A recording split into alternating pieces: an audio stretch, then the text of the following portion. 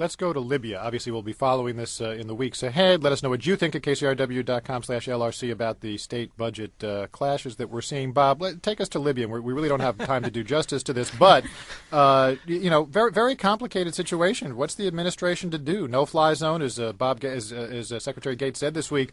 There'd be a major military operation, but on the other hand, do we really want to sit on the side and let people be slaughtered? Well, What's your first take? of all, Gates said more than a major than that. At West Point, Gates said, "Don't do another Iraq, don't do another Afghanistan." We've learned that. So and as he pointed out, you don't do a no-fly zone without invading Libya. You have to take out all their installations, and you once again inherit a country. And or Colin Powell, you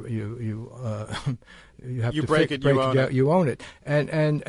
So I again, if you're going to intervene, it should be to prevent a genocide. We should not use that word loosely, and you do it in a way with all other countries that know about this region, so that you're not getting the oil for yourself and you're not making the U.S.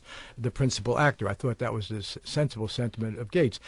As we go to air, though, however, we have these breaking stories that some of our best and the brightest, the very people who gave us Vietnam and Iraq and everything else, people like Joseph Nye of Harvard, who pioneered the idea of soft power, were actually on the take from the Gaddafi government through the Monitor Fund, through all sorts of things, through lobbying. And so over the last few years, our best minds, including the London School of Economics head, and they had all sorts of programs for Gaddafi, were telling Gaddafi is the new best thing. He's open to the West. He's open to direct investment. He's open to a new vision of democracy. His sons are even writing dissertations about the new democracy. And it was a reminder that when we meddle, we really make a mess of it. And the idea that we somehow own the franchise on democracy, on self-governance, I say, the Libyans have to make their own history. And short of the exercise of genocidal actions which require international intervention, we should not be the godfather of their change.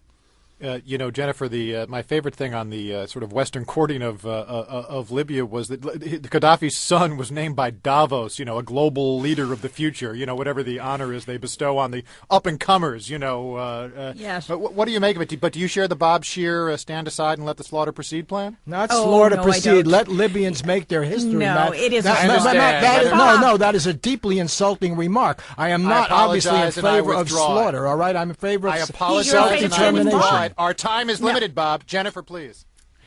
It is slaughter. We are standing by. We are not doing anything. And the standard cannot be genocide. Everything up to 1 million people killed is okay?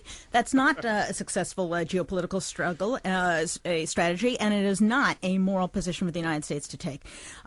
Secretary Gates, I think, perhaps forgets, or maybe it's Bob that forgets, we did operate a no-fly zone over Iraq, if you remember, and we didn't invade. Way back when, if you remember, we did operate a no-fly zone. So the notion that we have to have a land invasion is nuts. Other powers are beginning to move ahead both rhetorically and in terms of rescue efforts that are far in excess of what the United States is doing. And right now we just look terribly befuddled, and as if we've abdicated whatever influence, whatever values that we might have. And it's really, I think, a shameful display. How many people are going to have to die before it reaches a Darfur level or a Rwanda level to get people upset? I thought the left was supposed to be concerned about peoples of, the Arab world and, their fate. It seems that at this point the only people who are concerned about them are neoconservatives.